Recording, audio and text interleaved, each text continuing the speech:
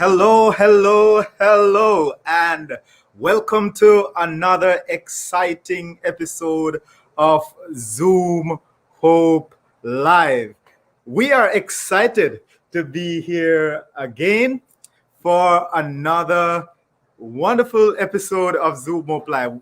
I know you've been looking forward to today. As long as you see marriage, you look forward to it. What do you say, London? We can hear you. You're muted. I said, yes, we have to admit that marriage is the hottest topic, right? So far, out of all of the topics Zoom Hope Live has covered, we get the most feedback and enjoyment from our conversations about marriage. People love talking about relationships, right? So, Yes. excited. We're excited about it as well. Yeah. Okay, so really quick, my role is to remind you to share. Right now is the time to go onto Zoom Hope Live on Facebook, to go to Zoom Hope Live on YouTube, and you can share it with whoever you would like to share it with. People who are married, people who are contemplating marriage, people who are engaged, you can share the link. Also, you can submit your questions. So we do not promise that we will not be able to get to all of the questions today, but still submit the questions because we will review them. Today's discussion will actually be based on, all of the questions are based on the questions that you submitted in the previous two marriage conversations that we had, discussion questions. All of the questions you put on YouTube, on Facebook, that's the bank that we came from for today's conversation. Still submit your questions and we will be able to get to them at another time. Larry, would you like to tell them about that special event that's coming up where they can get some special attention around their questions? Definitely. And we're talking about nothing but Zoom Hope Live Marriage Conference. And if we could just get that on the screen right now, Zoom Hope Live Marriage Conference, send that up, please, if Spence. All right, great. Thank you. So we have Zoom Hope Live Marriage Conference, and we will be looking at sexual intimacy. Someone says intimacy, and everybody want to be a part of that. That's February the 6th, 2020. So if 2020, notice it is just before Valentine's, right? So we want to make sure that the mood, everything is set right. So we want you to save the date and we want you to look out for details on the various Zoom Hope Live platforms. So far, we have the Facebook, we have the YouTube, we have Instagram. We want you to follow those pages. Of course, we have other pages that will be coming up. We have a website that will be coming up. But look at these that we already have. If you are not yet liking or following, you got to do that because you must know when we're coming out with the big details. So you can be up close and personal, a part of Zoom Hope Live. It means, therefore, that you're going to be on this side and not on that side. So I want you to keep the date intact. So write it down, put it in your calendar, electronic or otherwise, because we're going to have a great time February 6, 2021. Yes. Also, if you've been blessed by what we've been producing so far, especially around marriage, please donate to Zoom Hope Live Ministry via Cash App. If you don't have Cash App, if you cannot download Cash App on your phone or on your computer, then you can also download the PayPal. And so we have a PayPal account. You can type in Zoom Hope Live at Gmail, or you can submit it via Cash App, which is again Zoom Hope Live. And so if you've been blessed, these are the two ways that you can contribute to the ministry so that we can go strong and be able to do some more innovative things. I know Larry has talked to you all in the past about putting together scholarships. But yes, we are done talking about those things. Let's get into our conversation. And all right. Yeah, so of course, everyone know my darling pine, Schkara. I call her Schkara. And in Greek, by the way, Schkara means joy. And affirmatively, I do agree. All She's my right. joy. All right. And who's that gentleman beside you, London? Yes, and this is my husband. For those of you who do not know, this is Ephraim Anderson or Ephraim. I do not like the pronunciation Ephraim, so please do not call him Ephraim, even though that is one of the pronunciations. You can call him Ephraim, you can call him Ephraim, or you can call him E. But this is my husband, Ephraim Anderson. Ephraim. Hello. All right. Third time caller, long time listener. Yes. So he's saying he supports in the background, even when y'all don't see his face. He's supporting in the background. All right. So who are we going to introduce next? Let's introduce the Gordons. You guys know the Gordons? Okay, I'll let Spence do it. All right. So if you two can just introduce yourselves really quick, for those who don't already know you. For those who don't know, we are Delthony and Esther Gordon. We met in 1997 at West Indies College, and we have been friends and lovers for almost 17 years now. December will make 17 years. And we really like each other, and we enjoy spending time together, and God has blessed us tremendously. You know, have we had challenges? Yes. Have we had ups and downs? Yes. But God has been faithful to us, and we just pray that He would continue to use us to help others in their marriage as well. Yes. Glad to have you. Dr. Ann and Dr. Rob. Hello. I'm Rob Chester. This is Ann Chester.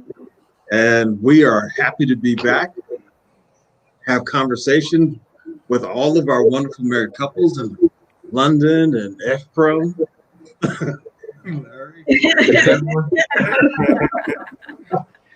It's truly a joy. But we are the Chesters. We are the founders and owners of Tree of Life Counseling and Consulting Service. And we provide services for the entire gamut, children all the way to adulthood and elderly, working with different types of things, but especially with marriage and family. And we join London and everyone else in saying, and we really like it. Yeah, we kind of do that, yes. Kind of like each other. No. Is that what you said? Did I hear you correctly? There's a bit of a lag. We kind of like each other. Okay. Yeah, there's some delay. I don't know. Yeah. I wonder if it's Well, I hope that gets sorted out soon. Maybe that's an internet problem. No, we did a first episode, guys. We did a first episode, and everyone was just so excited about it. There were so many questions. There were so many comments.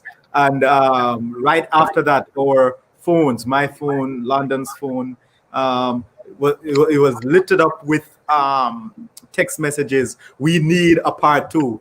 And of course, when we go into the studio room afterwards, we interacted and we had that part 2. The same thing happened after part 2. So we decided we will come back the end of this month, which is today, with this part 3. As we do this to actually address some questions that you have. So that's why we have this discussion. We want to go straight into that right now. But remember, this is not the end. Save the date, February 6, 2021, for Zoom Hope Live Marriage Conference. It's going to be exciting. All right, so London, take us into the first question. I believe this one is for the Gardens. No, the first question is for Mr. Anderson. The first question is for Mr. Anderson. So the first question is actually from Brittany Hill Morales. She submitted her question on our first panel discussion about marriage. And her question was, how do you find another married couple who who can be trusted with the information of your marriage while being supportive of your marriage? How do you go about selecting a couple that you can confide in, like one couple to another couple? I would say firstly with caution, and also with prayer. I think for myself, how I go about making friends is I make sure that a friend is somebody who, one, will be able to be safe to confide in me, that I'm trustworthy with their secrets, I'm trustworthy with what's going on with them, and that they demonstrate that trustworthiness. I think it will be challenging to find two people who do that at the same time as a couple. So it would take some time. It would take time to fill a couple out, to grow enough in friendship with them, seeing how they handle certain information that you share with them, to kind of like test the waters to see how trustworthy they may be. Mm-hmm. So not starting off with something like that's real huge, something small. See if it works its way back to you through gossip or through a circle, you know? He be testing people. So that would be a good way to test two people at the same time. But finding a couple at the same time would be challenging. You may have more success with having a friend who you have really good rapport with and trustworthiness, who then grows into a marriage with somebody, works their way into a marriage, and then maybe that person will be able to befriend your spouse, or you're able to befriend them at the same time. So maybe your natural friendships can grow into that as that friendship expands with that person being married. It would take prayer and some wisdom and some patience to know a couple that you'll be able to find. Mm-hmm. So it's not something that you would want to rush with, and you would want to test with small secrets before testing with big secrets. Yeah, and I think a red flag would definitely be if you're telling me somebody else's business, right? Like if you have a married friend or even a single friend and I know their business, then I'm not telling you my business. So, that's not going to be the relationship. All right. So for our second couple, our second question, is there anybody else that would like to add to the conversation? Is there something that maybe wasn't already mentioned that you would like to add to that question? I would just say, don't let that confidant be somebody single. Oh. A married couple don't need to have a single person as their confidant. You need another person who believes in marriage, who is for marriage, who support marriage, and want to see marriage grow and thrive.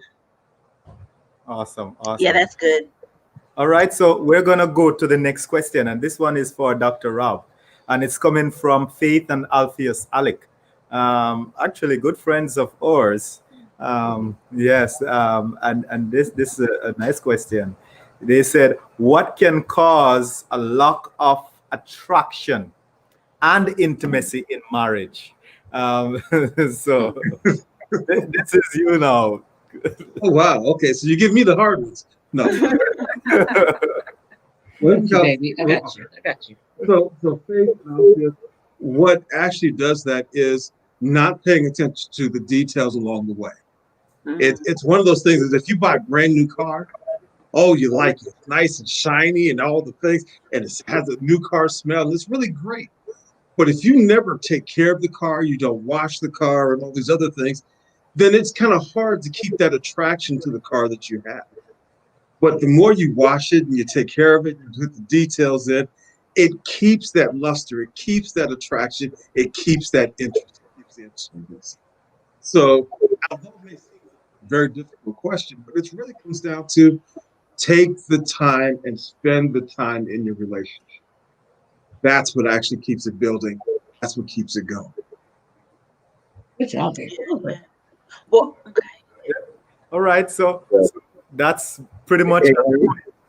Work out, Larry. I like that. You gotta oil it too. Yeah. Prime the pump. Yeah. Work out. take care of your body physically. You know what I'm saying?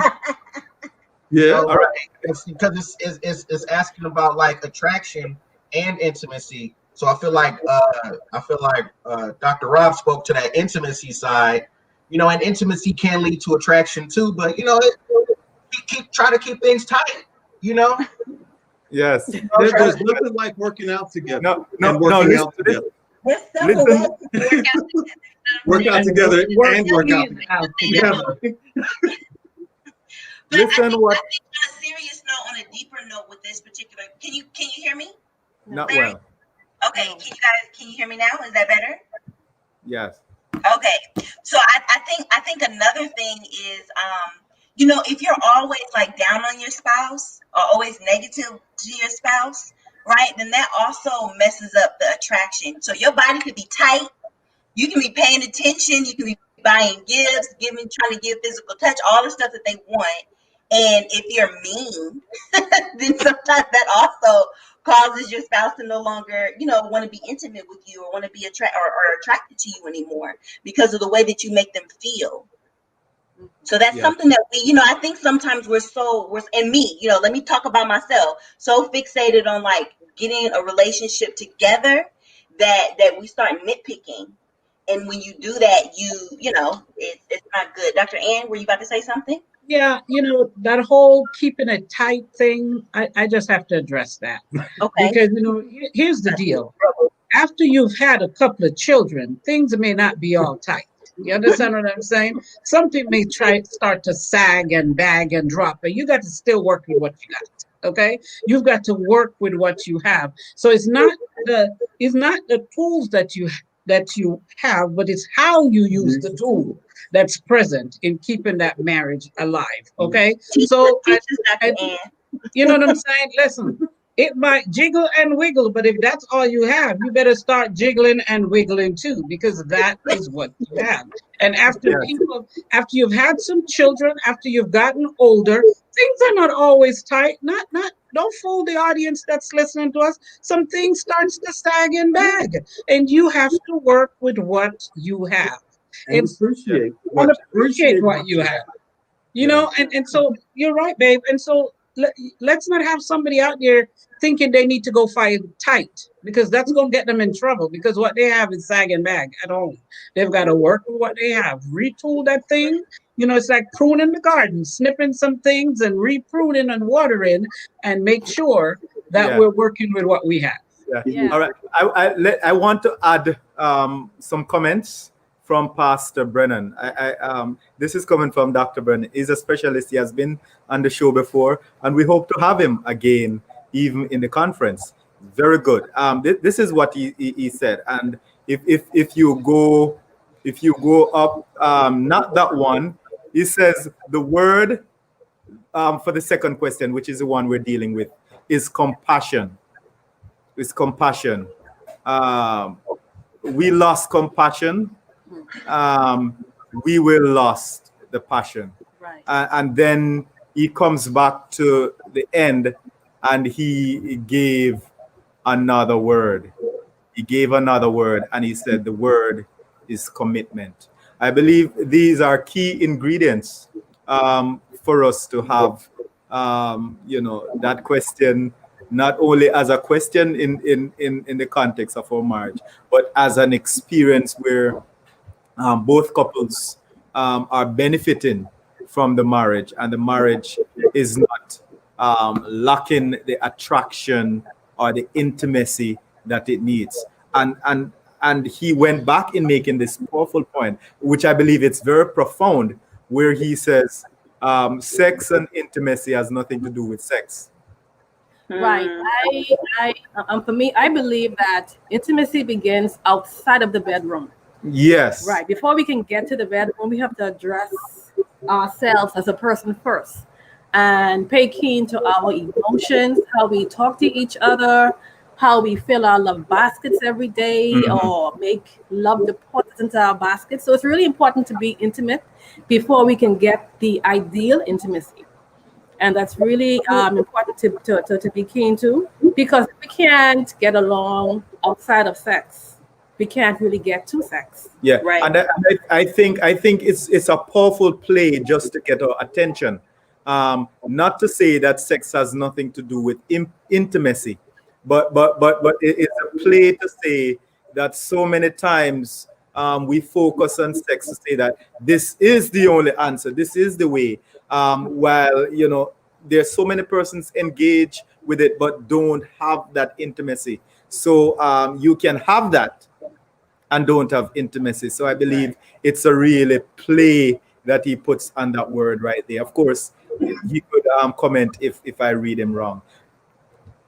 London, the next. Yeah. I mean, I think that's good. I think we handled that question. That question has been handled. All right. So now for Esther, we have the next question.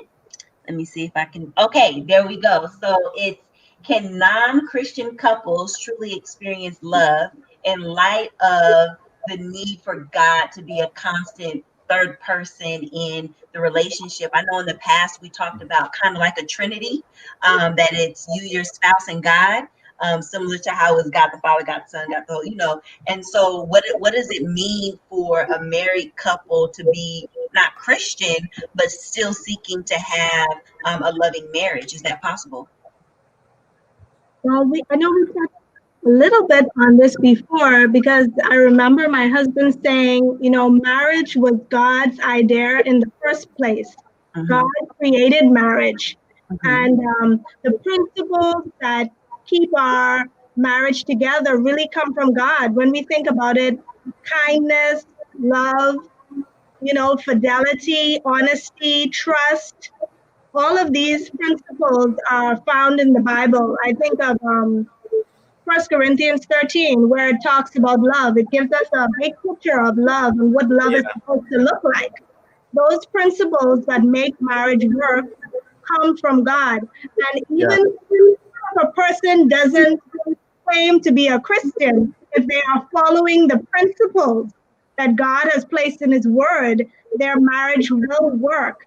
And our marriage really is supposed to be a reflection of Christ and His church, and it's supposed to reflect God's love for us.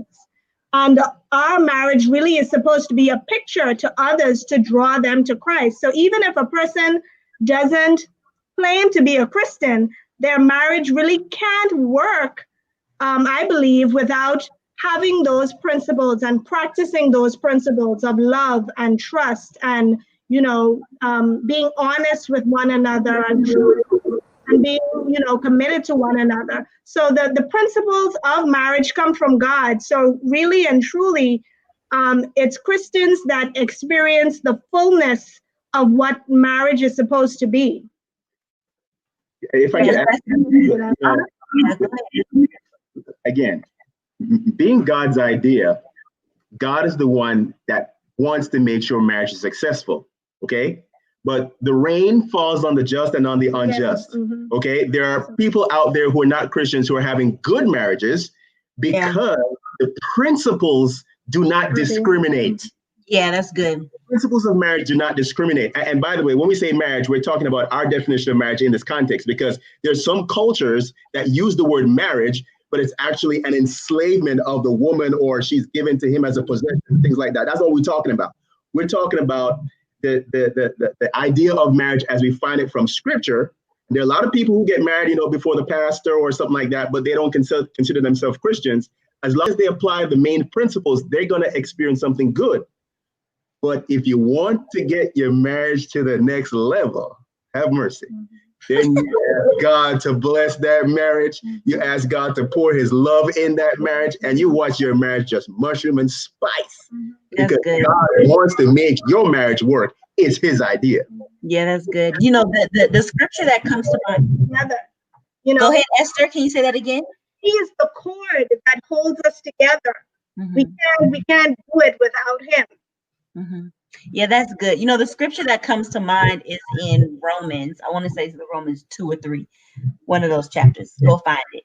But there's a scripture in Romans that basically talks about there are individuals who don't have the written scripture, but they still keep it, right?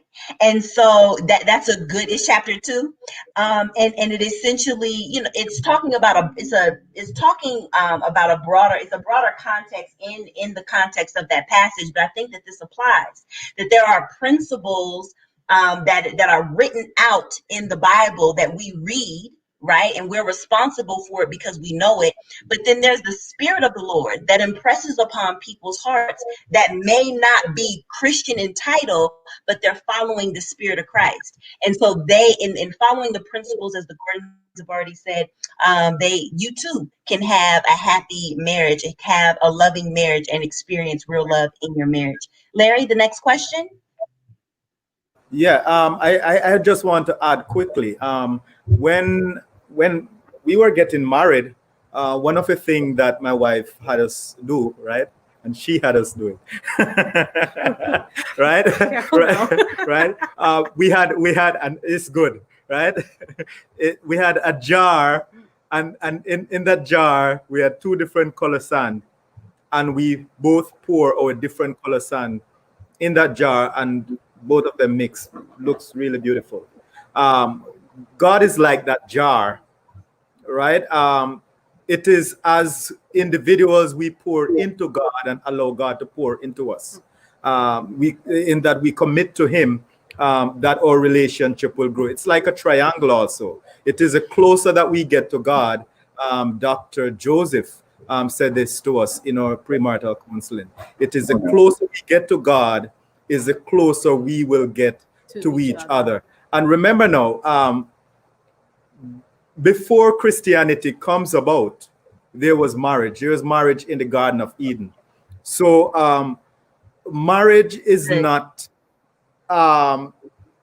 exclusive to Christians, but marriage is a gift from God to humanity. Mm-hmm. So once an individual connect with the Creator God, he meets us where we are.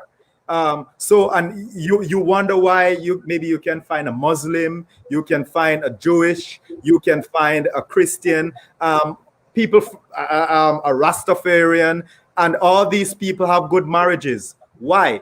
Because God meets individual where they are, enrich their life, and build it. So the closer one gets to God, is the closer they'll get to each other, and their marriage will be enriched. And that's the essence of Zoom Hope Live. It's not to say we want to, or you need to become a Seventh-day Adventist. Well, all of us here are Seventh-day Adventists to have a healthy marriage. We're saying, in order for you to have a healthy marriage, you must be drawn closer to God, because He is the one that creates it. That's good. That's good. That's the contribution. Let me share this, and then I'll move to the next question. It's from Dr. Peter Joseph. Christian marriages move from good to glory. It is designed to glorify God. God is the most important person in the marriage. Amen. All right, so here's your question now. All right, so it's on my phone. So, all right, this is yours, babes. It says, what causes marriage to go stale or lose its sweetness? Sweetness or stale? So, all right, let me ask you, Larry. On a scale from 1 to 10, yeah, how sweet is our marriage? 10. I gotta make sure. I need to know.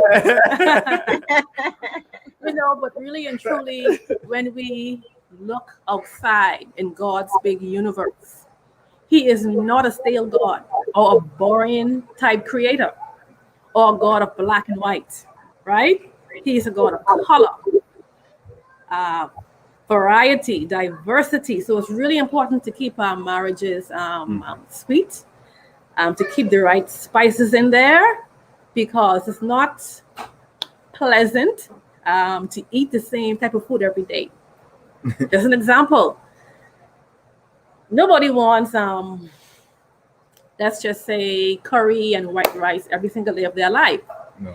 You're going to want one day barbecue, fried protein, maybe sweet and sour, boiled, however you want it or need it. It's really important to balance your marriage, and we can keep it together by staying connected to each other, by constant communication. Yeah. I need to know what Larry is feeling or how he is thinking, so that I can be able to accommodate him and vice versa. It's really important to keep ourselves together. Yeah. As we said earlier, it's important to keep our bodies, like you say, tight, not just for the females, but for the males also. Yeah. You know, let's keep ourselves groomed. I'm going to break it down a bit for you. You know, for females, we ought to keep our jigglies together, so they say. It's really important to keep it together, to keep it the tightness together, your firmness together, your beauty intact. For men, we prefer you to keep yourself well groomed, keep your fingernails clipped, and so forth like that, and just, you know, keep a good appearance. You know, as God's creatures, we love what we see, and we can't break away from that. And if we love what we see, we're going to get deeper and deeper and deeper, because now we're pulling each other into ourselves and into one another. Yeah. And then now to keep it sweet, or to keep the bedroom sweet, it's really important to know what your spouse needs are and not be guessing all over the place. Keep the room clean. Lingerie is good, ladies, of course, we know that already. I don't know what they have lingerie for men too. Men, I didn't want to bring it so boldly, but since London said it, men, do your thing. Yeah. You know, don't be shy. You know, don't be too reserved. You know, let go a bit, let loose a bit. So yes, and then keep it real. Keep it real.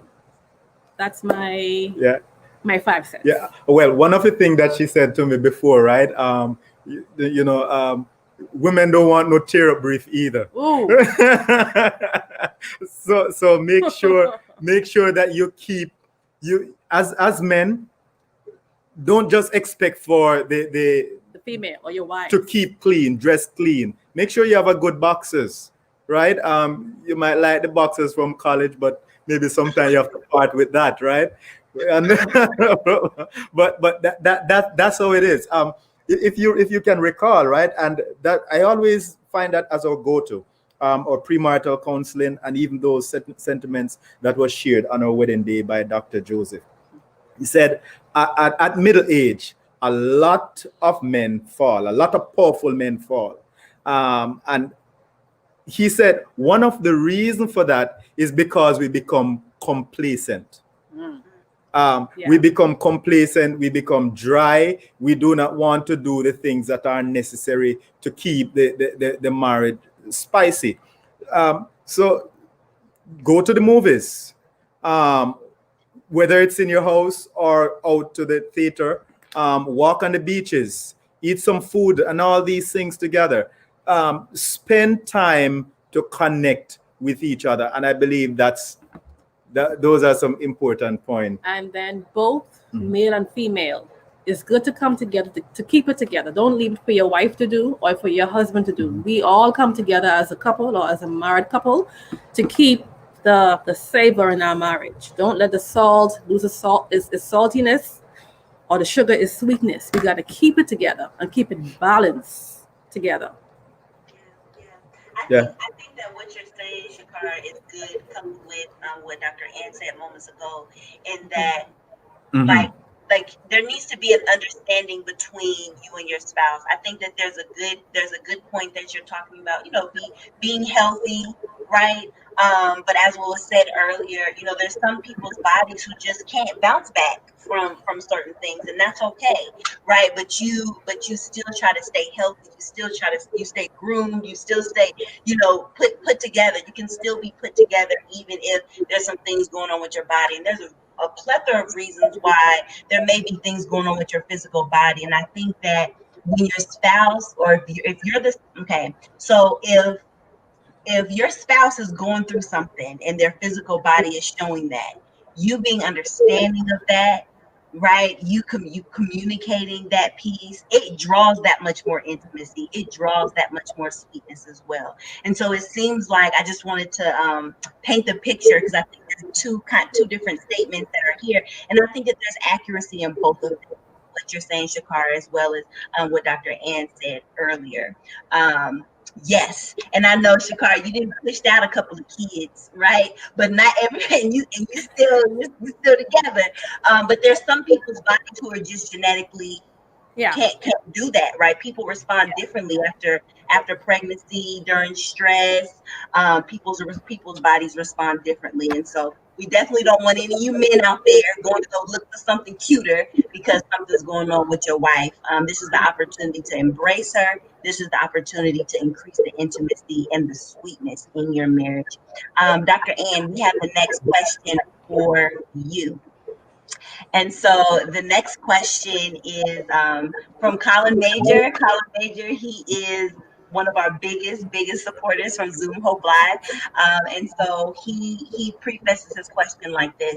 It says, people grow and people change. I think this is very timely, actually. How do couples prevent their spouses? How do couples prevent their spouses from becoming more of a roommate than a lover? Okay, so if I can rephrase this question, given that people change, given that people grow, oftentimes people then draw apart, and it seems like they're roommates and no longer married, no longer lovers, no longer intimate. How do you prevent that from happening, given the different growing changes and that happen in life? Okay, thanks for the question. First of all, I love this question because it speaks to a concern that I had a few minutes ago. And a few minutes ago, I had the concern that we're sending the message to our audience, and it may just have been my perception that everything has to be A1 in order for you to make your marriage work. And that was a concern for me, because here's the thing.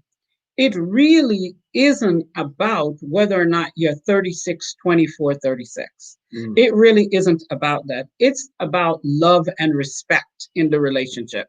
It's about how much my husband loves me and how much I respect him. It's about attentiveness in the relationship, paying attention to each other, watching that you're becoming distant and saying, hey, babe, lately it seems like we are not connecting with each other. What's going on with you? And him asking the same question, what's going on with me? It's being intentional about the romance. It's about making time for each other. It's about discussing the problem. It's about discussing change. It's about discussing the fact that I have changed and that I liked missionary for the first 5 years of our marriage, but in this moment, I've been thinking doggy style, and nobody has been paying attention to that. It's about having those open, transparent conversations with each other. It's about the fact that I used to be able to lay on my stomach, but to your point, London, I am not feeling well. So being on my stomach doesn't work for me. And talking about that conversation, so I might need to choose a sideline position to make that work for us. It's about having that open, transparent conversation. And it's not about whether or not Rob's stomach is flat. It's not about whether it's not about that. The fact is, when I love my husband, I am not looking at him for all the things that are wrong with him. What I am looking for is all the ways we love and connect to each other. When he loves me, the most powerful statement Rob made to me a few years ago, he said, babe, I hope you know there's more to you than your dress size. I hope you know there's more to you than your dress size. And that's it.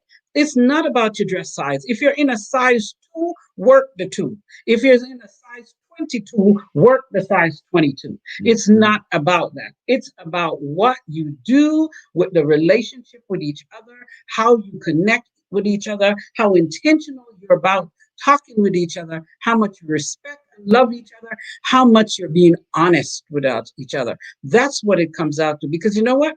I can get on my knees and pray every day, 3 times a day, with my knees and eyes to the west or the east.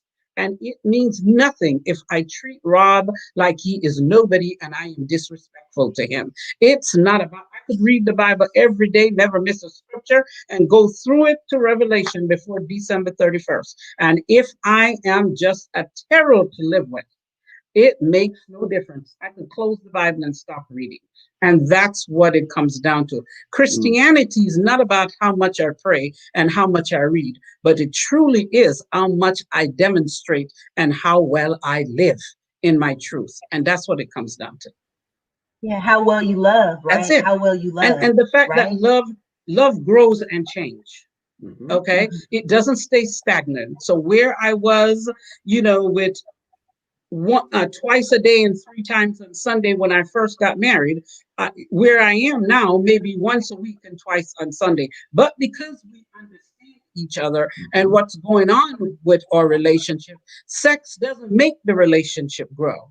It binds the relationship together. It doesn't make it grow. We grow together. We connect together. We're intimate together. And because of that, we want to be sexual with each other. We want to be sexually intimate with each other. It is not the first ingredient in the relationship, but it doesn't need to be a missing ingredient in the relationship. Right. That's good.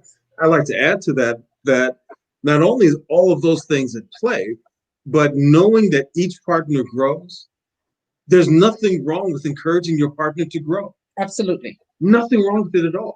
Their growth is probably something that'd be wonderful for you. But guess what? You'll have your time to grow too.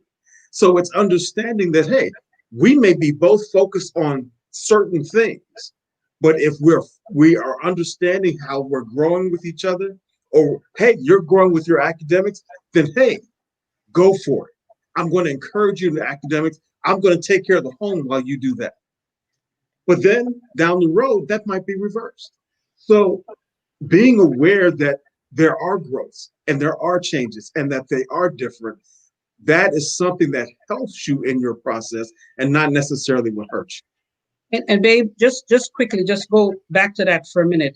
Sometimes I must become the lesser light so that you can become the brighter light. All of us doesn't have to shine at the same time and at the same pace. I have to recognize that, listen, I've been growing. I've been doing everything I want to do in this relationship. And I need to go encourage my husband. Baby, you remember you said you wanted to do this and you wanted to do that? It's time.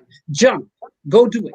It's time. We have to encourage each other, because lack of encouragement in the relationship leads to lack of intimacy in the relationship. There is no me in intimacy.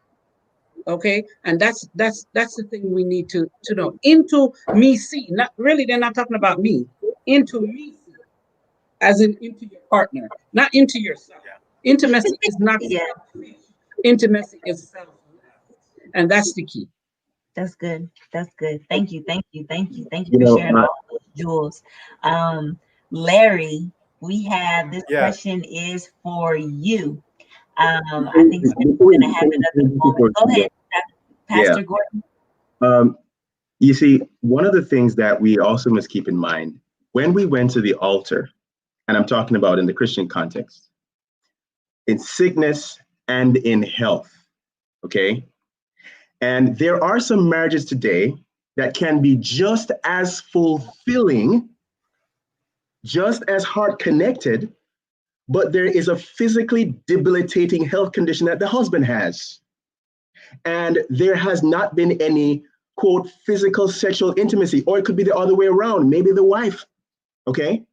But when the minds, you see, the marriage is not, you didn't get married to a body, you got married to a person, the person's mind, and then all of these things together, okay? So the entire package of who she is who I got married to, but my love is focused on her benefit. And if there's some aspect that cannot at the moment or for 2 years, whatever, be fulfilled, that doesn't make my marriage go down the drain, because my marriage is not merely about the physicality of it, okay?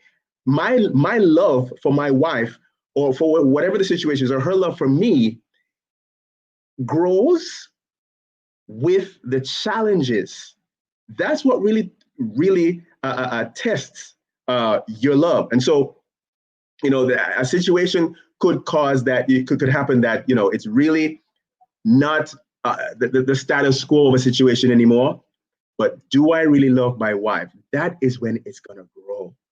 that is when it's gonna, and it's just as fulfilling, just as rewarding, because it's not about those things are going to eventually fade. I mean, we have a couple today. We celebrate. We mentioned in church today 66 years of marriage. Okay, they're well into their 90s, and he's confined to a wheelchair. But let me tell you, when I visit that couple, oh man, there is a twinkle in her eye when she talks about her husband, and I'm like, that's what I want. That's what I want. And they're having a happy marriage. But I can guarantee you, ain't nothing going on elsewhere, right? But they're just as happy, even if not happier, right? And that's one of the main things. It's bigger than, some of the those things are important. But when those things go away, the marriage still continues, Yes. and the love still continues. Yes, that's true love. All right. We concur. Okay, so the next question is, we all want, so the statement first is that we all want our marriages to thrive and be happy. I think that's everyone's desire. No one goes into a marriage hoping for it to fail, right? Everyone wants it to be strong. Everyone wants to be healthy, want their marriage to be healthy. However, after discovering that, after discovering the weak areas in one's marriage, how can those areas be made strong? And so, given that we all have weaknesses individually, which means that there will be weaknesses as a unit, how can we focus in or utilize, or what do we do with the weakness in order to become stronger? Larry, do you have a response to that? And then Dr. Aim, if you want to add, you may. Yeah, I think when we look at weaknesses, they are myriad of weaknesses that a marriage can have. We have alluded to some already. Communication. Marriage can be weak in communicating, connecting with one another.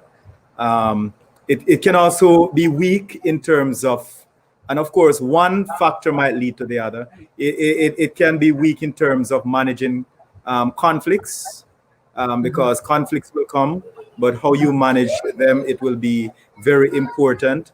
Marriage can also be weak sexually, as was indicated just now, in terms of the sexual life. Marriage can also be weak in terms of how do you as a couple manage your finances. And we can go on and on and on. The key though, when you see weaknesses in your life or in your marital life, it is important to look at your marriage as a gift, an investment from God. When you have a business and you see weaknesses in the community, weaknesses internally, you do not see them as something that's going to destroy your business. But what you see them is, you see them as opportunities for you to actually grow. So wherever these weaknesses come, first, as a couple or even individual, because sometimes I might realize I have a weakness and my wife don't realize that as yet. So it's important to first identify it and acknowledge and accept it and begin to work with it. First, you can work with it with yourself. Then you can talk about it with your spouse, because that's the closest person to you. That's the person that God has given to you to help to strengthen you and strengthen the marriage. And then, of course, there are professionals. If I have a car that is broke down, right, and I'm not a mechanic, I can maybe put the gas in or put some oil in, and sometimes there are some persons who don't even know how to put oil in the car, right? So there is nothing wrong with finding the professionals. Finding the professionals. And the professional is not your mother-in-law or your father-in-law. And of course, I know Dr. Joseph is watching, and you say one of the most deadly thing you can have is when your in-law become your outlaw.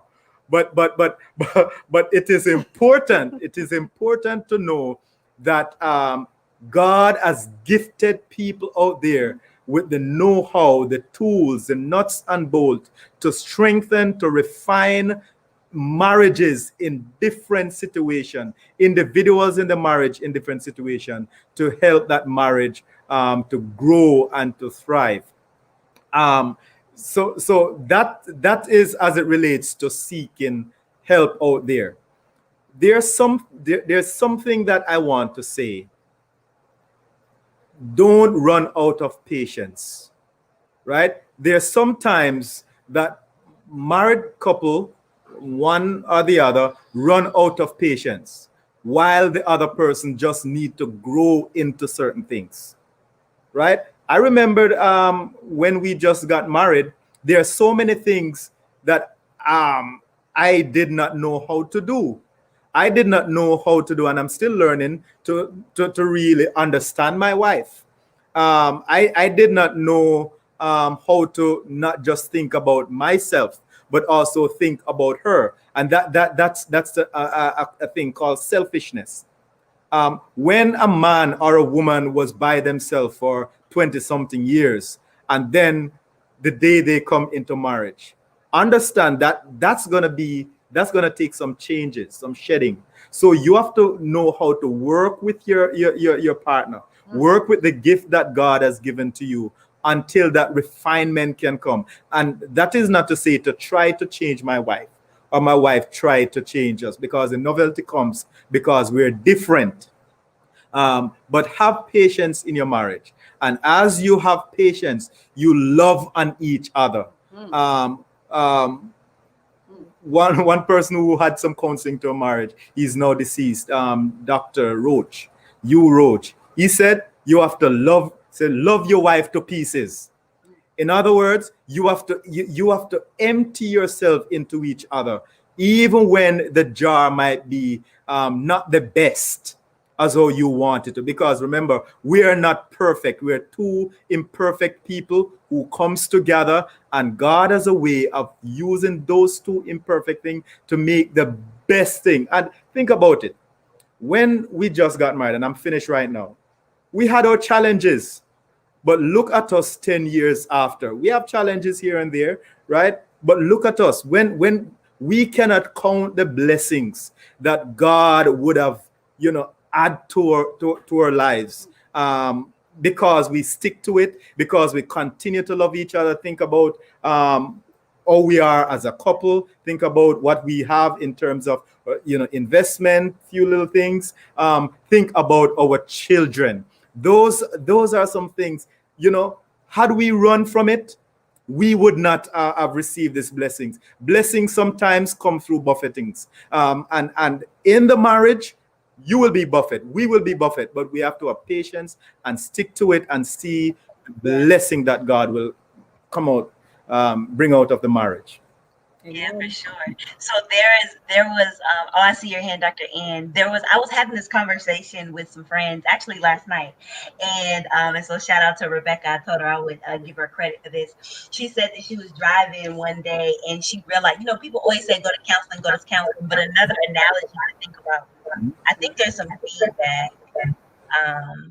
Okay, so another analogy to think about is, she said, there are every major game, not saying that marriage is a game, but every marriage game or every game that's important, that's what I'm going to say, major game that gets any notoriety has a referee. And the job of the referee is to be able to see things, call fouls, and things like that. Be able to bring attention to something that maybe the other team wasn't necessarily paying attention to. Now, the analogy is limited because the idea is that when you're married, you're supposed to be on the same team.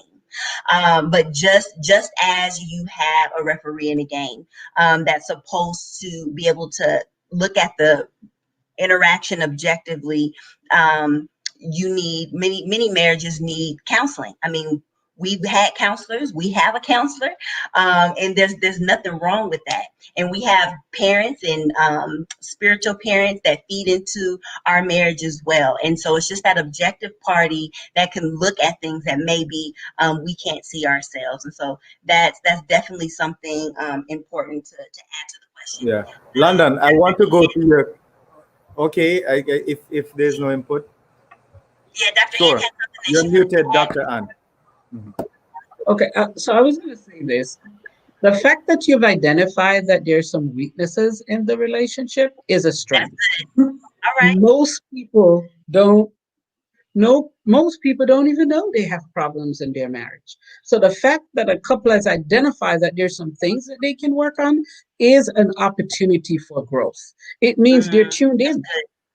It means they're tuned into each other because they realize that everything is not coming up roses. And so, hey, we got some things we can work on. Now the work begins. And that's what I want to encourage somebody. Once you realize there's a problem, then do something about the problem. The fact that you realize there's a problem is an opportunity to work on those things. And here's the thing about a problem. Let the problem be the problem. Don't let each other be the problem. Okay? So whatever that thing that you've identified as the problem, focus on that thing and don't focus on each other. And if we tackle it in that way, taking each situation, every situation is not a problem. Some things are just a situation. And so we can deal with the situation before it becomes a problem. Okay?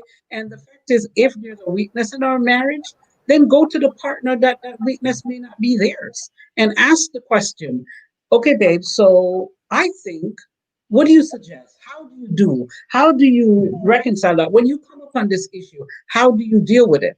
Talk to each other. Have a conversation. Don't be afraid of the transparency in the relationship. Don't be afraid to say, you know what? I'm doing my best here, but I just don't think I'm getting it right. What do you think? What can I do differently? How can I change the situation? If I was loving you the way you want to be loved, what would I be doing differently? And asking the question so that we can find solutions. If I could add to that, one of the great things about understanding that there are weaknesses is that you should. Because the thing is that as you're growing in your marriage, believe it or not, the whole growth is to actually be stronger. So when you notice your weaknesses, it's like, okay, here's something else I need to work on, be stronger at. Because as we look at it, I don't know how many of us are right-handed or left-handed. But if you're right-handed, you write with your right hand, you do this with your right hand, you do that with the other right hand. You hardly use your left hand. Yes. But you've had them both your entire life. Right. There's nothing wrong. It's weaker because it's not being used. Yeah. And what marriage actually forces us to do is utilize those things in a relationship that we may not have been using all our lives. So weaknesses, as they said, bring an opportunity. Oh yeah, because now it's helping you to strengthen areas that you haven't really used. Yeah, that's good. I'm coming with London question now, but I really like the right and left hand stuff that you. Yeah, that's good. We are both, but because you're not ambidextrous, you only use one, right? So what Dr. Anna said, you have to trust the strength that you have in your partner, and you didn't use the word vulnerable, but in a way, be vulnerable to your partner. Yeah. It's okay, free fall in what your partner has to offer to strengthen you and the marriage. Yeah, I know you're about to ask me a question, but I wanted to add this. I know that I have friends. We have married friends, and we have a lot of married friends. Actually, I feel like most of our friends are married. But one of my married friends told me recently that something that she appreciated about her premarital counseling that she received was that the counselor focused on their strengths first. Can you guys hear me? To focus on the strengths first, not to ignore the weaknesses, as Dr. Ann and Dr. Rob said, that it's important to deal with those, to identify those, and even seeing those as a strength in and of itself. But to see that there are also strengths in the marriage gives you hope that you can you have a strong right hand, and so you were able to get your right hand strong, and that's hope that you can also get your left hand strong, right? And so that's something to also think about as whoever may be going through something right now, dealing with something in their marriage. You see the weaknesses, you've been trying to deal with the weaknesses, maybe by yourself, maybe with a counselor, and you may feel hopeless. Think about the strength that you guys also have, and let that be evidence that the things that are currently weak can also become strong. Larry? Awesome. Yeah. So your question is, I noticed recently, and this is coming from Paula Russell. It's not there, but this is it was contributed by her. I noticed recently a lot of marriages end in divorce because one of the spouse wants to control the finances. What advice will you give in this case? Yeah, and other people can definitely chime in, but my 2 cents is when I think about this type of question, I think about potential both sides, because I know people who try to control finances because the other person is weak in finances, and so they're like, you came into the marriage and I have the money, and now we're coming into this marriage together, but I have the money, and if I let you do what you've been doing, we ain't gonna have no money left, right? And so sometimes that's why individuals are trying to control the finances. And so I think for some individuals, I don't think this is the case for every situation, but for some individuals that are facing this, you may need to do some self-reflection and say, how much money do I have on my credit cards? How much debt did I bring into this relationship? Or, when my spouse asks me how much does that cost, they be like, I don't know how much it costs, right? Like, that's not necessarily good. Maybe you're not the best with finances. But then another position may be on the person that's overly controlling the finances. And it can be an insecurity that individual has, that they are trying to control you because of some past stuff that has nothing to do with you. And they feel like if they control the money, then they can keep the relationship together. And it's their attempt to stay together by controlling aspects of the relationship, like the finances. And so these are 2 options. I think that there may be additional options that I'm not even thinking of in this moment. But I think there's a variety of reasons. And this, once again, is one of those topics that can be addressed in a one-on-one session. I think we may try to deal with this a little bit in the seminar that we'll be having February 6th, where you can come and bring this question. Whether you're married or divorced or looking to be married, you can come to the seminar that we'll be having February 6th in preparation for Valentine's Day. And we can, there it goes. There goes the flyer, February 6th, 2020. And in this webinar, we can talk about some of these more nuanced situations where we can ask details so we can properly answer your question, because we're very general right now. But in this session, we can be more specific. Ephraim? I would also add that, there's a possible lack of trust. I make my money. It's mine. I work hard for it. And you don't get to have a say over what I busted my butt for. And we're going to deal with that. Like, you need to go. That thought need to go to counseling too. Especially if somebody came from a background where they had less, people who struggled growing up, people who saw poor handling the finances when they were youth or witnessed these things, they're going to have a tighter rein, especially over what they bring in. Now, when somebody's controlling what you bring in as well, you're going over into something that's beyond a lack of trust. But if I'm working for something personally and I'm bringing that and I'm saying, no, I want to have control over this, there's some background things where somebody has to become, they may have to trust you more. But in a situation like that, if you are dealing with a lack of trust, then I would go back to what my wife was saying, like, what are you doing with finances? Can you be trusted?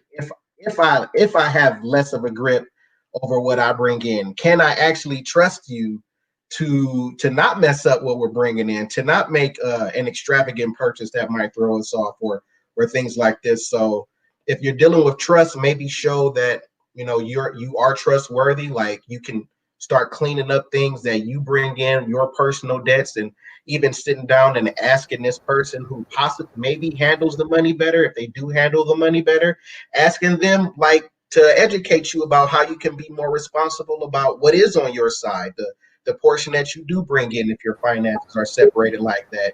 And putting yourself in the role of a pupil can also soften somebody up. They'll see, okay, you're changing, you're growing. I'm gonna feel safer about us merging our finances together. Yeah, or being willing to go to a class. I see you all. I see the Chesters want to jump in there, or be willing. I want to. Yes, or be willing to go to a class, right? So if you're not that great at finances, you can be honest with yourself about that. Then that's no excuse for your spouse to have control. That what can happen so that there's mutual partnership is the one who's weaker, as we said earlier, can become stronger in that weak area, right? So that there could be mutuality. Dr. Ann and Dr. Rob, there was something you wanted to add? Dr. Ann, just before, I just want, as you make this point, right? Because I see you want to make the point. Earlier you make the point, right? That the marriage couple should find married friends, right? Take, for example, now in this area where before you get married, you might have friends. You end up getting married, some are not married. But you know that different one of your friends might have strength in different areas. In this one, finances. How could you handle that within the context of marriage? I hope you get it. I'm gonna let you, but I want to start it here. What does money mean to the couple? See, each individual has an idea of what money means. It's nice, okay, it's not just a matter of, okay, I spend it or I earn it, but there's a meaning behind what it means to them. And so that's the thing that they need to figure out. Mm-hmm. What does money mean to them as a couple? Mm-hmm. Even before you go to couplehood, what does it represent as an individual? Mm-hmm. What did it represent? Okay, because you know the foundation that people start with is he who controls the money controls the power. Mm-hmm. So what is it that you're really trying to control? Because it's really not about the money.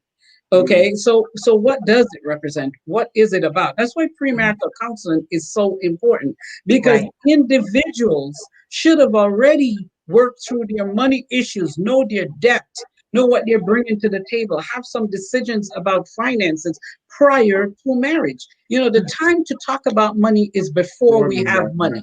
Okay, the time to put some things in place is before there's money on the table. Because once money is on the table, people lose their mind. But when you broke, you can really come up with some objective plans around how we spend money. So that's one thing. The second thing is, you know, just like marriage, money is about partnership and relationship. Okay. You know, so if I have more of a relationship with my paycheck than I have with Rob, we have a problem. So what I'm hearing is I make my money, you make your money. But you see, in a marriage, we make the money. It's not about what you made and what I make. If we're honest, we make money. And if we're transparent with each other, we put all the bills on the table. There is no private bill and public bill. There is our bills. It's all on the table. So one quick tip I would give is, if you do what's called pay yourself money, you won't have a problem. So the concept is simple.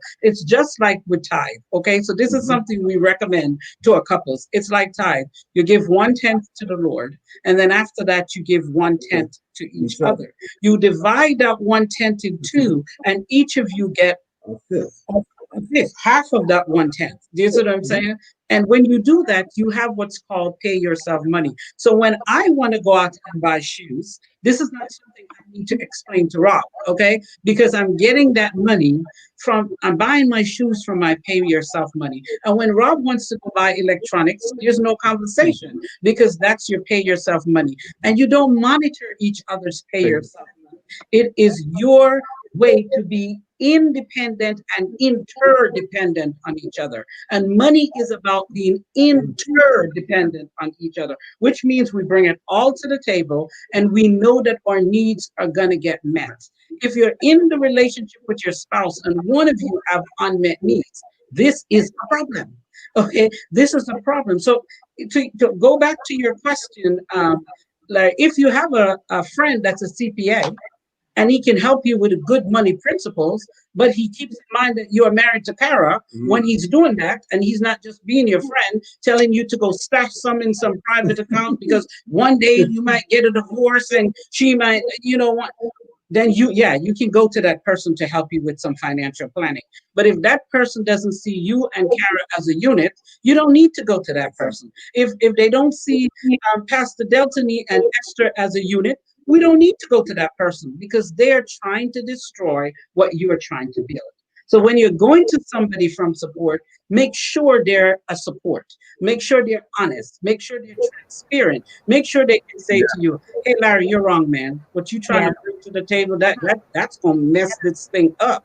Don't do it. So I'm going to go back and say, ask the question, what does money represent to you? To you, what does it represent to me? And am I getting my needs met? People who are getting their needs met in the relationship has no need to exercise control.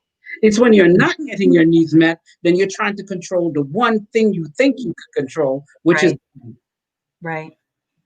And that concept may exist even before marriage, right? That's what you were saying before. Yes. That if somebody. All right.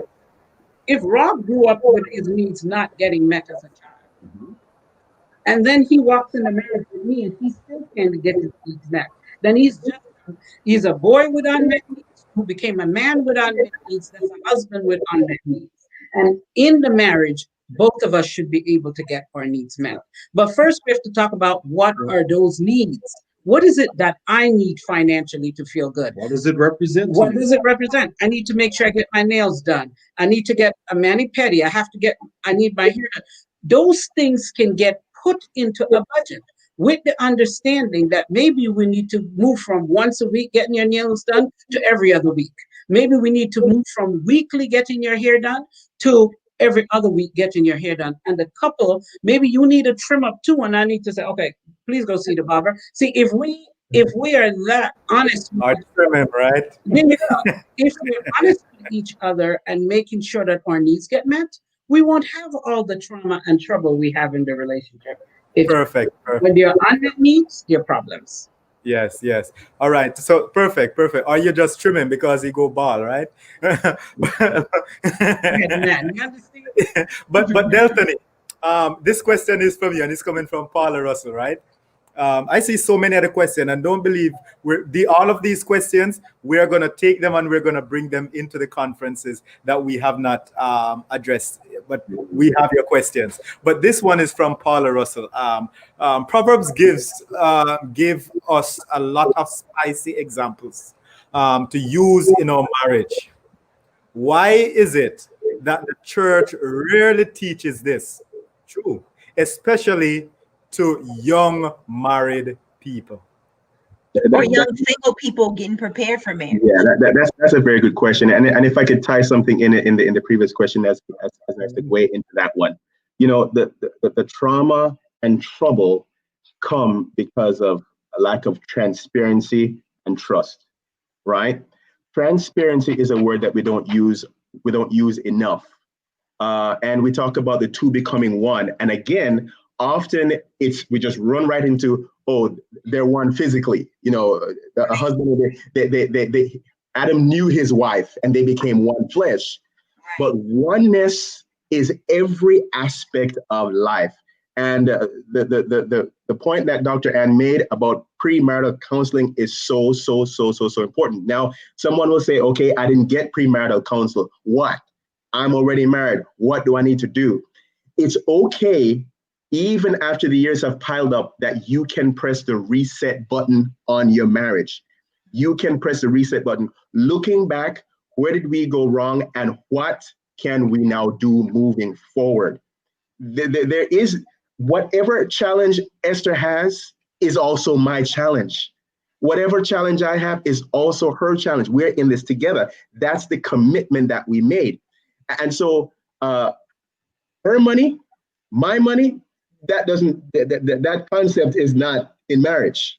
That's for single people, right? That's for single people, right? If she's the one that makes the paycheck, okay, she's the avenue for bringing it into the marriage. But it comes into the marriage, it's ours, right? And because we treat each other as equals, the source of it into the marriage doesn't matter, right? The source of we treat each other as equals, right? Now, we're talking about Proverbs and, you know, the amazing wisdom of Solomon, albeit he didn't always act like he was a wise man, sadly, right? Why is it that the church rarely teaches this? Now, you know, I've heard this many times, and thankfully, I grew up in a household that in our neck of the woods pioneered the fact that this was something we made sure the church talked about. And so growing up, hearing it, I always heard it being spoken about in church, but looking back, it was because it was coming mostly from our family. There were one or two others there too, okay? One of the things that we've sadly allowed to happen is that we have allowed, I'm just gonna say this is not politically correct, but we have allowed the world to take something from us and glamorize it so much so that we don't want to talk about something that was actually originally from God, right? You know, the question, and we're going to go back to this too, the question about, sex and Sabbath and all of these things. And we're afraid, don't talk about those things. Listen, when we recognize that something was God's idea, you won't want to do anything but talk about it, right? And teach it properly. So that, in other words, we've got to reclaim that which the enemy stole from us, pretty much. And believe me, that's what we're doing right now in this virtual church setting. Hello, somebody. We're trying to reclaim that which the devil has taken from us. We must go back to scripture. Look at those beautiful things. You see, one of the reasons people have a challenge with something, it has to do with where they first heard it. If a child hears about something from a friend, or from somebody else first, and not from mommy and daddy, there's going to be, wait, should I actually be bringing this up to mommy and daddy? We've got to make sure as a church and as parents, as the church at home, we bring these things up and teach it right from the start, because you're going to have something called retroactive interference, right? Where the information that is now coming is going to interfere with proactive and retroactive interference. It works both ways. And so what do we need to do? We've got to start right now. We've got to start right now. Having a paradigm shift in our churches. Ask these questions. Folk who are listening, ask these questions of your church leadership humbly, but say, hey, this is a subject that the Bible deals with. When are we going to have something like this in church, right? Same thing. We have other church organizations. We've got conferences and stuff like that. Speak to your leaders and say, listen, this used to happen a lot 10, 15, 20 years ago. Let's make sure that we focus in on this again. And you know, we talk about marriage. You mentioned it. I think London said it. When we talk about marriage seminars, it's not exclusively just for those who are already married. It's preparatory, right? It's preparatory. Again, it's almost like free premarital counseling, right? Let us glorify in the gift that God gave, right? All of us who we see here in church, we came because of the act that God gave to humanity for us to carry out in the context of marriage. Let us, by the grace of God, make sure that we give it its right platform and its right space in the pulpit to be preached as thus saith the Lord in a good and a happy way. Glorify those things that God has given to us. I hope that. Okay. Yeah. We're out of time. I see if Ephraim wants to give a point. So this is what we're going to do. We're going to use each person's point to be your final wrap-up message as we close. We'll start from Ephraim, then we'll go to Dr. Ann, then Dr. Rob, Esther, Schkara. Okay, so really quick. So the question before Ephraim, the question that all of our panelists will answer quickly if you can, is what is the best piece of counsel that you received into your marriage? So what is a piece of counsel that you received for your marriage that was really, really good, that you didn't have before it was spoken to you, just to show evidence that we're not just telling people to go to counseling, we're not just telling people to come to the webinar, but we've experienced something positive from outside of our marriage that edified our marriage. So if you can think about the best piece of counsel that you received for your marriage, we'll speak on that, and that will be our closing statement before we mention the webinar one more time. Ephraim? The best piece of counsel that I received from outside of marriage was to continue to grow in grace, continue to be transformed by God, continue to seek the kingdom of God, continue to allow God to change you and transform you into the person that you're supposed to be, to keep aiming higher for yourself and your personal development.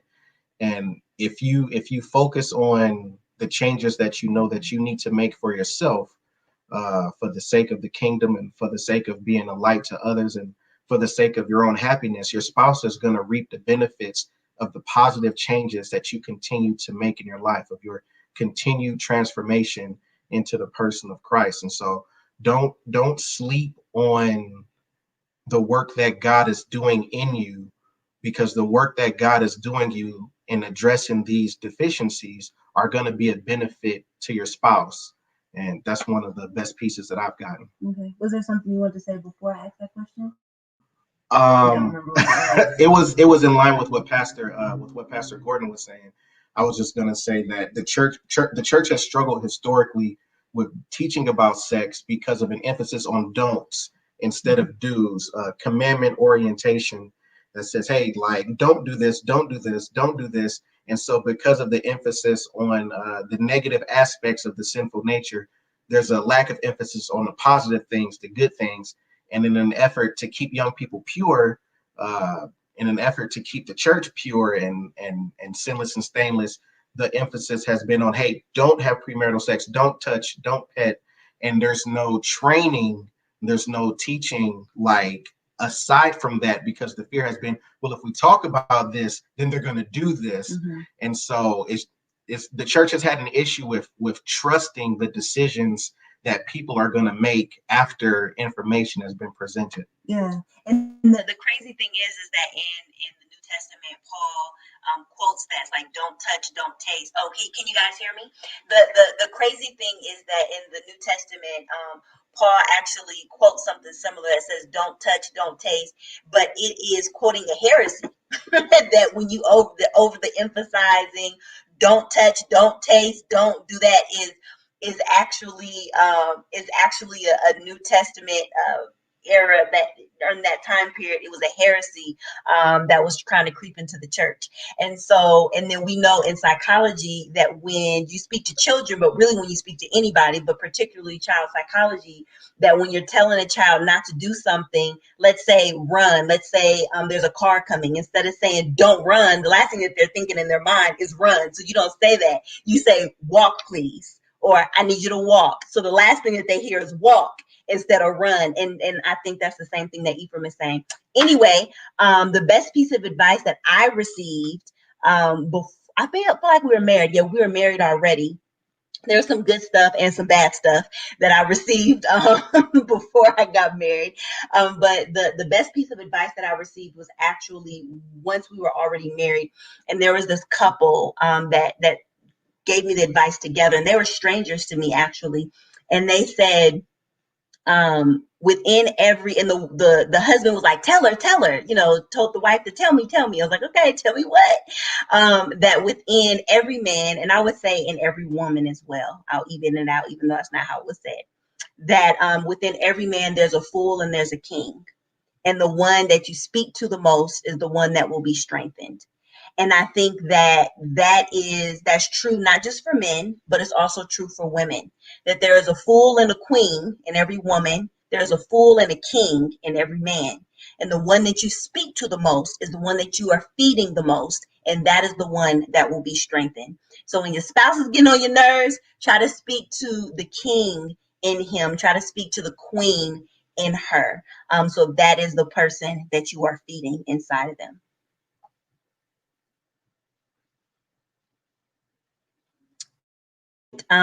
Let's see.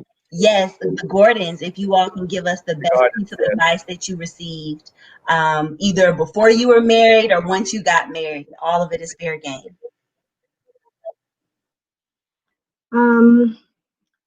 Well, I remember, I think it was Delthony's father that said to us that we should protect the sacredness of our home and that we should keep the family altar burning. We've all heard the statement, a family that prays together stays together. We must keep our personal devotional life alive, keep our worship time, family time alive through prayer. And that has been a great piece of advice that we have received and tried to keep at. Again, just going back to the same source, I remember very succinctly, my parents would say, make your wife your best friend. Make your wife your best friend. And I remember seeing my dad say, put blinders on. Put blinders on. Your focus is on your wife. You know, when you begin to compare and contrast, then you're going to begin to become confused as to where you put your focus. Mm-hmm. Don't compare, and you know, things like remember the medicine under your arm. I used to hear my dad saying that when I was young. Remember the medicine under your arm, give it daily. You know, and it's this, the medicine under your arm, give it daily. You know, and you know, as I talk about that, you know, the first aid kit to successful family life, the first aid kit to being a successful husband, the first aid kit to being a successful wife. There are 10 tips of do's and don'ts for you with yourself as a man, and 10 tips for do's and don'ts with you and your wife, and vice versa. 10 tips for do's and don'ts with yourself as the woman, and 10 tips for do's and don'ts with yourself and your husband, the other way around. So, you know, don't compare your wife. Don't be suspicious. Don't practice suspicion, you know, and just by the grace of God, allow the Lord to lead you daily. And truthfully, I can say she is my best friend. We're friends prior to us becoming falling in love, put it that way. And that friendship has remained by the grace of God. Awesome. Thank you. The Chesters. They're so cute. Who's going first? You gonna go first? You gonna go first? They're not saying me, they're both saying you. That's example right there. I think the thing that I've learned the most that I want to kind of let other people know is that intimacy is a process. It's not something that you achieve once you've had orgasm. It's a growing process. It's a process that started when you were 21 weeks in the womb. 21 weeks in the womb. It's been a growing process ever since. So understanding, okay, I may not get it perfect today, but I've got a lifetime. We've got a lifetime to keep growing on this intimacy and improving on this intimacy. It's not something that's just accomplished in one day. So that's one of the things that I would kind of bring up. That's good. I would say the one message that I got before we got married, and then I'll talk about afterwards, was just, you know, allow him to chase you around the bed in the bedroom. That's the advice that I was given. Let him chase you around the bed in the bedroom, and when he catches you, stay caught. Okay. And so that was one piece of advice, which is a good advice. In the 35 years that I've been married, the message that I would give to someone is learn to capture his heart. Learn to capture his heart. And then to the husband, learn to capture her heart. Okay. And see, if we do that, if my goal is to capture Rob's heart every day, and his goal is to capture my heart every day, then we can't miss. And if we're led by the Spirit in the capturing of each other, then we will stay caught. Okay, but the fact is, when we're not, one of the things I'd suggest to everyone, I have a mentor couple. We have a mentor couple. They're Mama and Papa D. That's who they are. And one of the things she left with me, they've been married 45 years, and I've never seen any more praying people about marriage than these two people. And the one message that she leaves with me every day, she said, girl, affirm that man every day before he walks out the house. Affirm him every day before he walks out of the house. So the thing that I try to do every day, and Rob can confirm it, before he leaves the house every morning, I'm like, oh, baby, you look good and you smell good. Okay? So when he's going out the door, if he bumps into somebody at work and they tell him he looks good and smell good, he can respond, yeah, I know. My wife already told me that this morning. Okay, so he's not looking for something. He doesn't leave the house wanting. He doesn't leave the house not feeling appreciated. And that goes for her husband to your wife. Affirm your spouse before they walk out the door. So that's my message. Affirm your spouse before they leave you, so they stay affirmed when they're without you. That's it. So you're not looking for affirmation outside of your relationship. 11 years ago at the altar, when I was standing to my king, London, to my king, I was advised very strongly by Pastor Joseph. He said these words to me, I'll never forget them. He said that my greatest asset as a person, Larry's wife, and as a mother would be my closeness to Christ. And the more I grow and get into God and be intimate with my Father in heaven, is the more I become selflessness. I shared my selfishness. I love Larry more. I love myself more. And that's my greatest advice to our viewers today. Get to know Christ. Look to him. Let him peel you and refine who you are as a person, to be a better person to yourself, to your spouse, and to other people. And that's my advice, to let yourself shine before God. Powerful. If I may, I just want to marry. Can you guys hear me? No. Schkara, can you hear me better now? Is it Yeah. better? Yeah. Okay. So I want to marry something that you said, Schkara, with something that Dr. Ann said, and I'll do it quickly.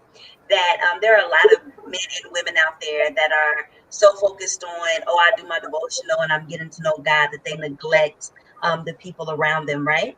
But what I hear Schkara saying is that an evidence that you are truly growing in your relationship with God is that you are loving the people around you deeper and stronger. That is evidence that whatever devotional you're doing or praying you're doing or reading of the scripture that you're doing, if it's working, if you're doing it correctly, then that should manifest in the way that you love the people around you. And that's what I hear Schkara saying. So please hear it clearly. It's not pray and neglect the people around you. It's pray and love on the people around you. Get to know Jesus, because that Jesus will tell you and has told us already that the greatest commandment is to love one another. Yes. Larry? Yes. Great. So the number one asset is your likeness to Christ. I would, there's so much, but I'll choose this one, and I've said it before. In marriage, there'll be sacrifice, a lot of sacrifices, a lot of giving, and you have to be intentional with your giving, where you're going to give. And as such, this is what I got again from Dr. Joseph. It says, never sacrifice your inner circle for your outer circle. Yes. So never sacrifice your inner circle for your outer circle. In other words, we all have outer circles. We're human beings. We have relationships outside of marriages and so forth. But your inner circle is your number one priority. Under God, your wife, your husband, your marriage is your number one priority, and treasure that. That's the gift from God. And in treasuring that, what do you do? Love each other. First John chapter 4 verse 11 says, my beloved, if God loves us so much, we ought to love each other. My first time writing that to Schkara, it was in Greek while we were in school, and it still remains the same. If God loves his daughter so much, I must love her. And if God loves his son so much, she must love me. If God loves all of us so much that he did everything that he could have done to put us together, with all the running, with all the chasing, Dr. Ann, right? Delthony, London, Schkara, and your marriage is out there. If God has done everything for your marriage, love each other, stay close to each other. And that's the most important thing. And as you can recall, if you look in the last two videos, at this time, Delthony can't contain himself, right? Because he always have a final thing to say, because it becomes the key to, or the icing on top of the cake. So The expression before we do that, before we do that, I want to remind the Zoom Hope family that we have something big, something grand, something beautiful, something that you can't afford not to be a part of.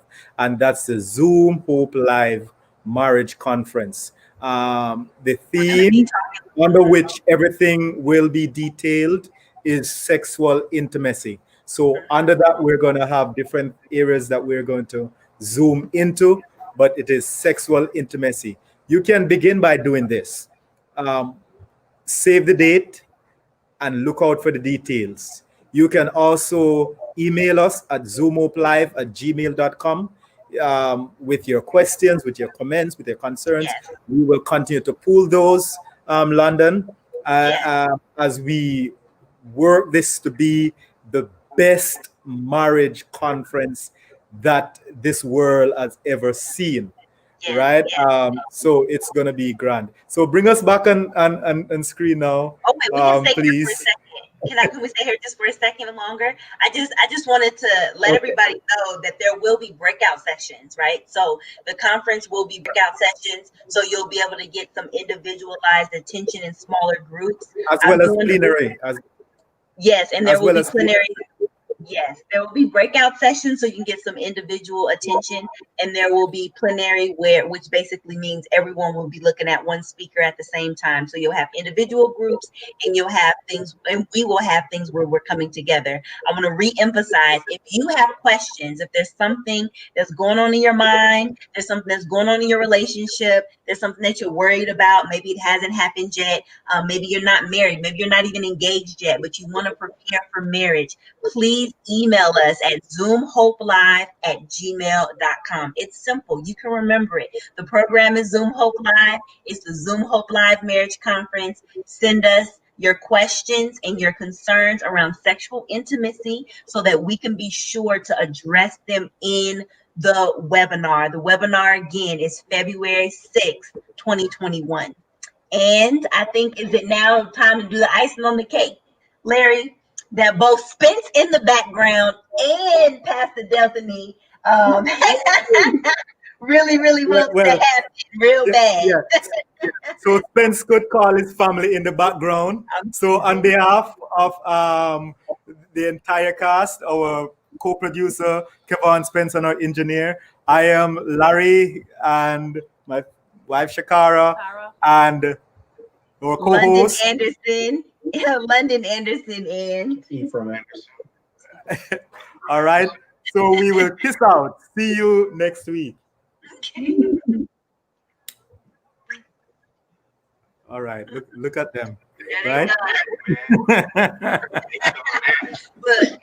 All right. See you. God bless you. Bye, y'all.